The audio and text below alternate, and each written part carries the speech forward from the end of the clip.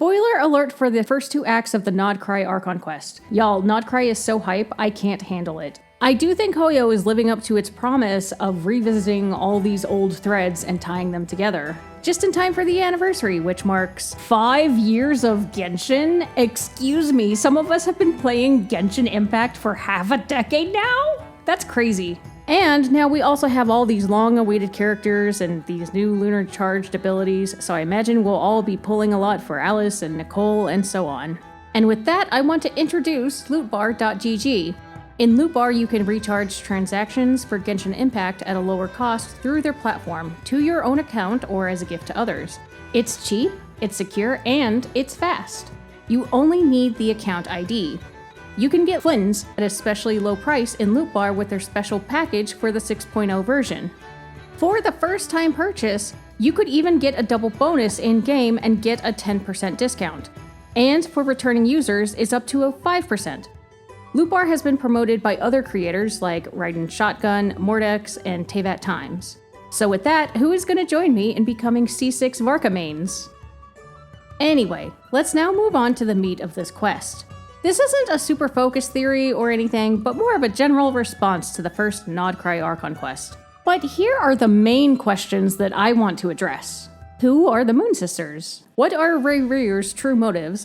And what's the deal with the spaceship? Do you think they also served tiny bags of pretzels during the flight? Because let me tell you, I think there's going to be a little twist.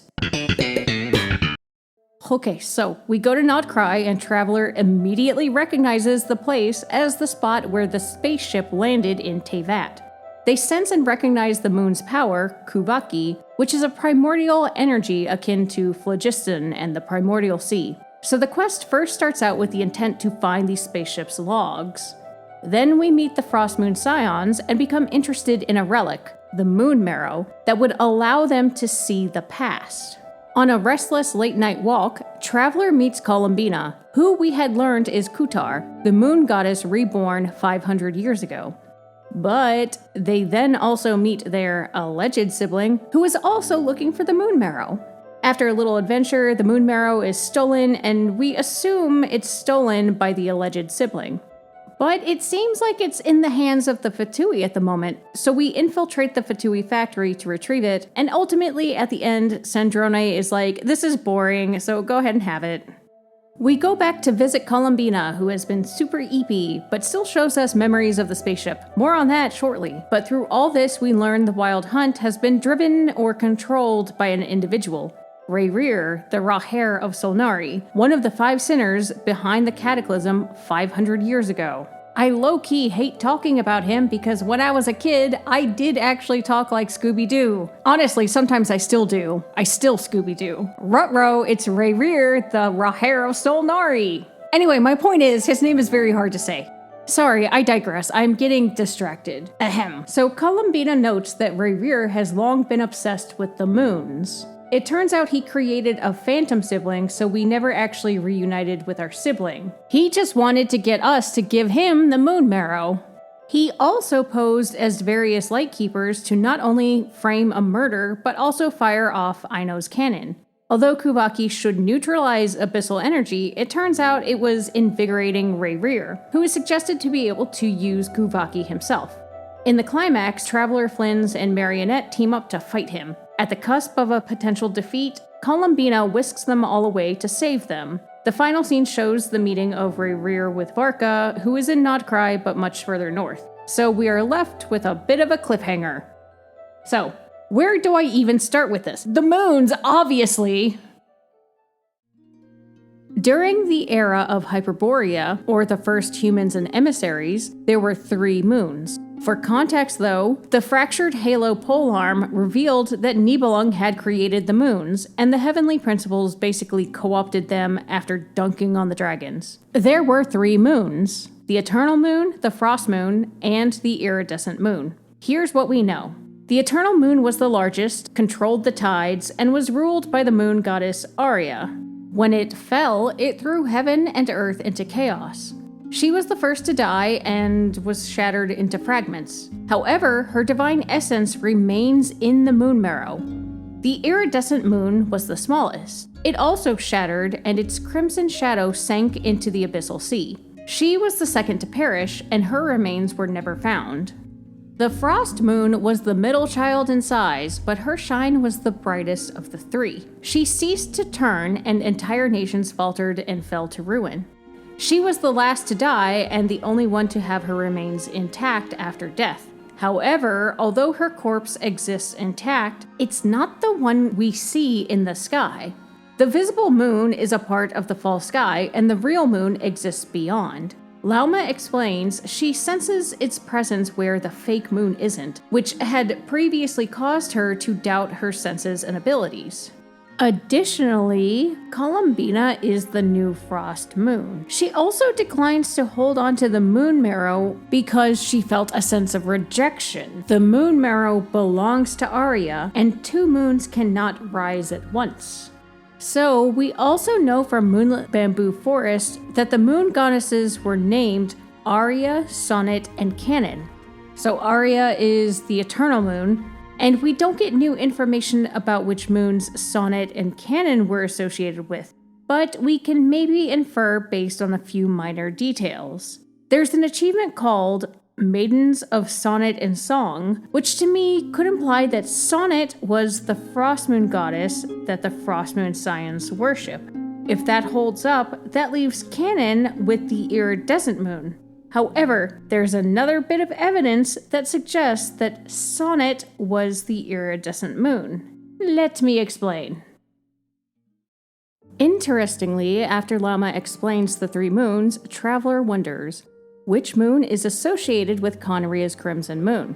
Based on the fact that her remains were never found and her crimson shadow sank into the abyssal sea, it sounds like the iridescent moon is also the crimson moon of Khaenri'ah. The semblance even reflects this exact language of the web event, saying that the crimson red moon has long since fallen into the abyssal firmament.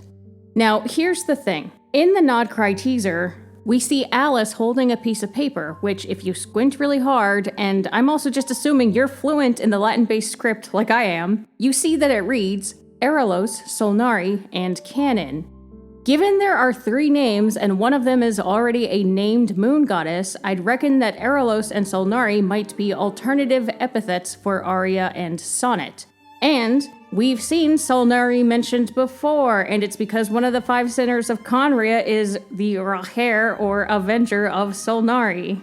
And since we have a direct tie between the iridescent and crimson moons, the iridescent turned crimson moon could be Solnari, aka Sonnet. So I obviously have many questions, but two stand out. First, how did the moon go from being iridescent or rainbow colored, depending on angle, to red? Like, was it corrupted by the abyss, and did that change the nature of its powers? And the second one has to do with the Bale Moon lineage of Khaenri'ah. As a quick reminder, Khaenri'ah's last dynasty was the Eclipse dynasty, but before that was the Crimson Moon dynasty, which basically worshipped the corpse of the Crimson Moon. I'm not going to get into this too much because if we start talking about Khaenri'ah, I won't shut up. I'll just keep going. But the point I want to make is this. Arlecchino is a descendant of the Crimson Moon dynasty. She has a special constitution to her. Specifically, she has the Bale Moon bloodfire coursing through her veins, which is a blessing yet curse, as it gives her power but also has charred her skin. Consider this. When bottled, the Bale Moon bloodfire can be used to erase memories, as she did with the Fatui traders. She killed them in this manner, and they were reborn in a sense of living a completely new life without any memory of the Fatui. Because as the Aranara said, death is just a one-time loss of memory. So here's the crux of what I'm trying to tease out here. Did the iridescent moon specifically have some sort of memory erasing powers, or was this a Khaenri'ah alchemy thing, or even an abyssal corruption thing associated with the iridescent to red shift? I don't have a good answer yet. Right now, though, I'm inclined to lean towards the first option, because consider this. The moon marrow allows you to see any moment in the past. So in a way, could this also be a memory-based power? It wouldn't be the first time we explored the past via memory. Side note, to me this also brings up an interesting hypothetical. If the moon marrow were used to explore Wanderer's history, Would we see Scaramouche or the post-Irminsul deletion revision? Given that we're able to see far into the past, into a history intended to be forgotten, I would personally guess the former. Just based on vibes, like, again, I have no good answer, so I'll just leave that hanging. Yell at me in the comments with your own ideas. I digress. I've been obsessing over moons here, as we should, but now we gotta talk about a Khaenri'ah who is also obsessed with the moons. That's right, I mean my new scrunkly Rerir, the Racher of Solnari. Back during the second Kari Bear quest, we had a super big reveal about those behind the Cataclysm. Dainsleif told us about the 5 sinners: Vedrfolnir, his hot older brother, Rhindaughter, who created Albedo, Endurin, and Elinus, and the Bakunoa, and the Riftwolves, etc., and is a part of the Hexen Circle, but also she ate the Shade of Life Nibirius. Honestly, being in a witchy coven, creating unspeakable horrors, and eating gods is such queen shit and goals, to be honest. Anyway, there's also Roptatyr the Wise, who we still know nothing about, and Sertologi the Foul, who we learned is just a dude traveling the universe and loves to read space romance novels with Vedr. Sometimes I think of my thoughts and they make me laugh. And then there's Rerir, the Racher of Solnari. His titles in other languages range from Moon Hunter to Avenger of the Moon to Avenger of Solnari.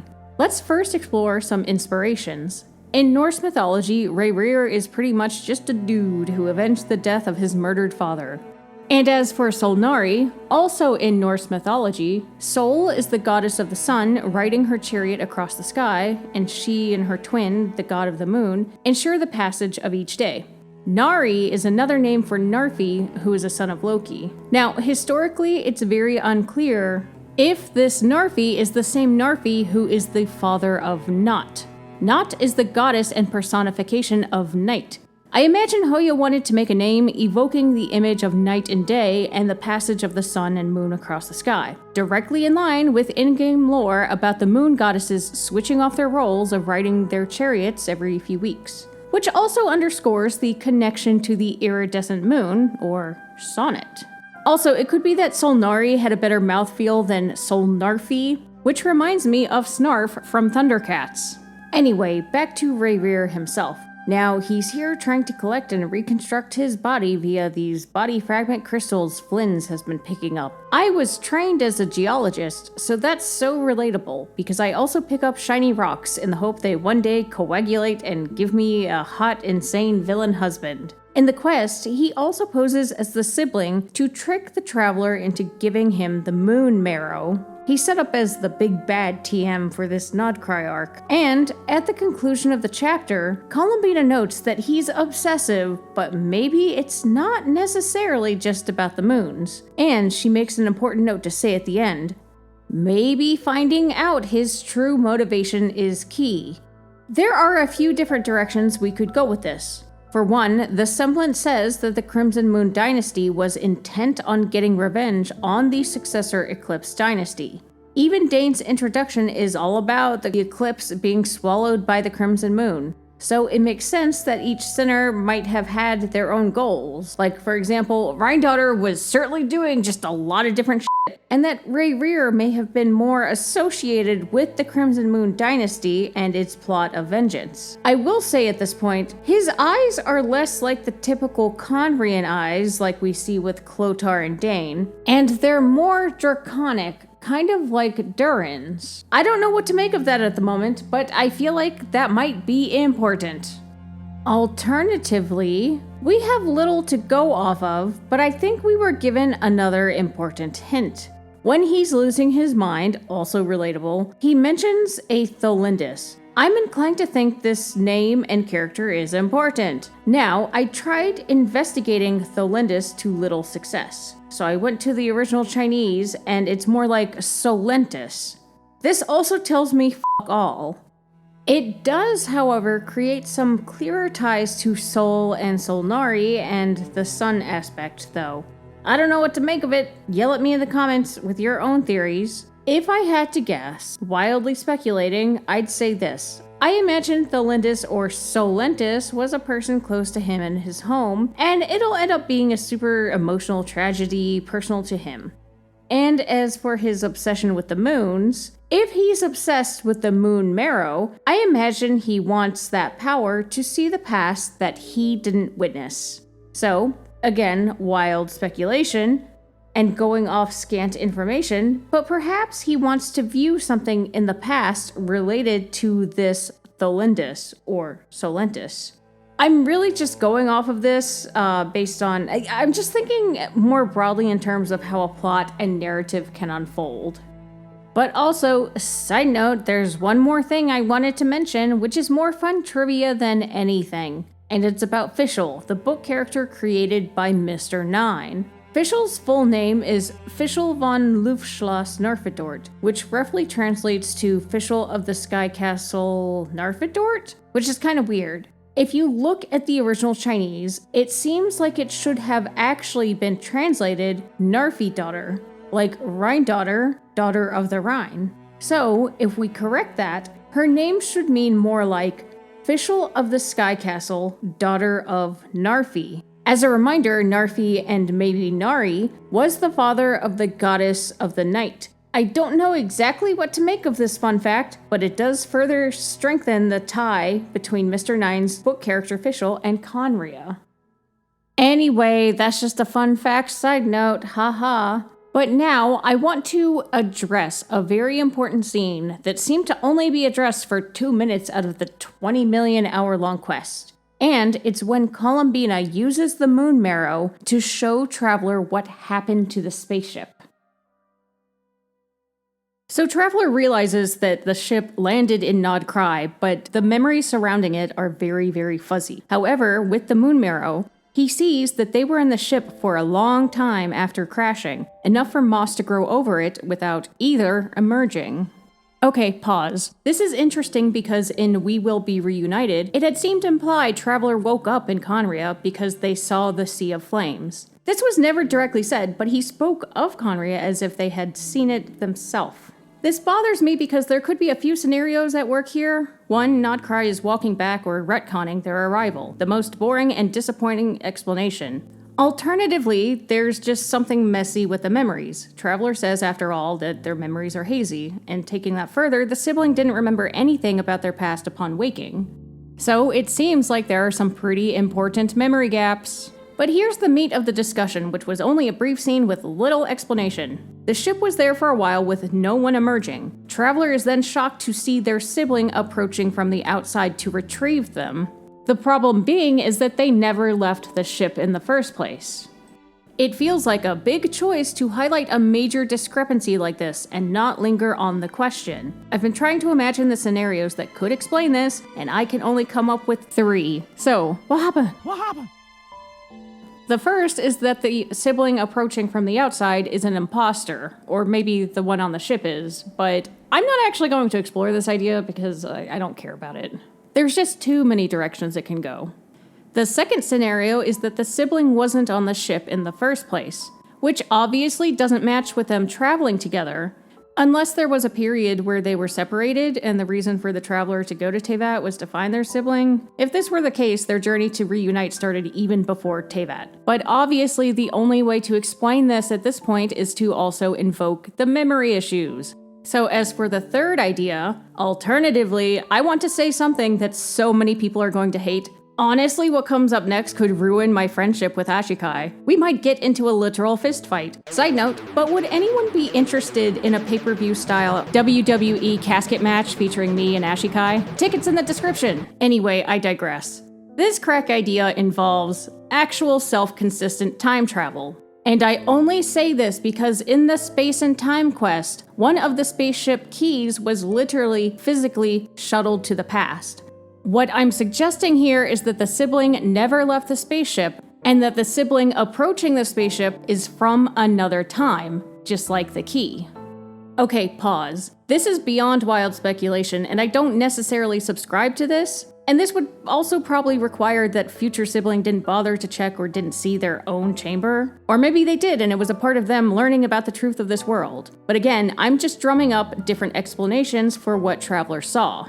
But if we wanted to play with some hypotheticals about this scenario, in my head I feel like this could also explain why we can't find the ship. Let me explain. In this scenario, the sibling from another time, or rather the future, goes to pick up Traveler. If this is the case, it implies the original sibling stayed on the ship. It's suggested in the Archon quest that the ship was intentionally hidden. I think it might make for an interesting twist if it was hidden because the original sibling is still on the ship, meaning they have yet to wake up and do some time travel. Listen, I get it. We simply do not have enough data points to construct any sort of story or theory or anything. And I know so many people will hate this, but I want to reiterate again. I'm just trying to give some sort of explanation for why the sibling could approach the spaceship without ever leaving. You know, using like plot devices. Yell at me in the comments about my crack fanfiction. Thank you all so much for watching. Please share this video with your friends, your mom, your personal FBI agent. I mean, they're watching anyway. Hi, FBI agents, your pastor, your local representative, etc. And also, like, comment, and subscribe. I was so chuffed to see the response to my last video, so I feel more motivated than ever to keep producing quality content for all of you. Also, have you checked your smoke detector batteries recently? Okay, thanks, bye!